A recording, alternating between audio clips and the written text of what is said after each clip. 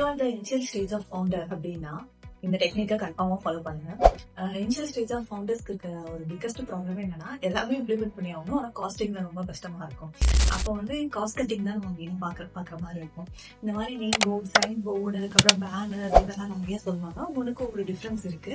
But ஆனால் initial டேஸ்ல நீங்க ஏதாவது கம்பெனிக்கு லோன் வாங்க போறதுனாவோ இந்த மாதிரி நேம் போர்டு ஒரு பேனர்ஸ் கேட்பாங்க. அது எல்லாமே பார்த்தீங்கன்னா அக்ரைலிக்ல இருக்கு, அதுக்கப்புறம் மெட்டல்ஸ்ல இருக்கு, மார்பிள்ல பண்ணலாம். இல்லைன்னா பேனர் ஷீட்ல பண்ணி கட்அவுட்ஸ் மாதிரி பிளேஸ் பண்ணலாம். எப்படி 1500 2000 ஆகும். அதுக்கு பதிலாக இந்த மாதிரி ஒரு சிம்பிள் டெக்னிக்கை ஃபாலோ பண்ணிக்கோங்க. இது பார்த்தீங்கன்னா ஃபோட்டோஷீட் எனக்கு நியர்லி ஒரு 350 ஆச்சு.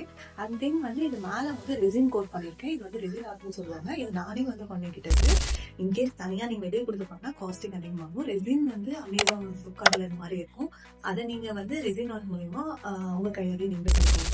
இன்கேஸ் இந்த இனிஷியல் ஸ்டேஜ்ல இருக்கிறப்போ ஸ்கிராச்ல இருந்து எல்லாமே நீங்களே பண்ண ட்ரை பண்ணுங்க. கொஞ்சம் டெவலப் ஆகுது, அதுக்கப்புறம் இன்கம் வர ஆரம்பிக்குது, இல்லை உங்களுக்கு மேன் பவர் இருக்காங்க அப்படிங்கிறப்போ சோல்டிங் எடுத்துக்கோங்க. மோஸ்ட் ஆஃப் த டைம்ஸ் நீங்க எப்படி உங்களால என்னென்னலாம் பண்ண முடியுமோ அதெல்லாம் நீங்களே பண்ணிக்கோங்க. Okay guys, bye, see you next week.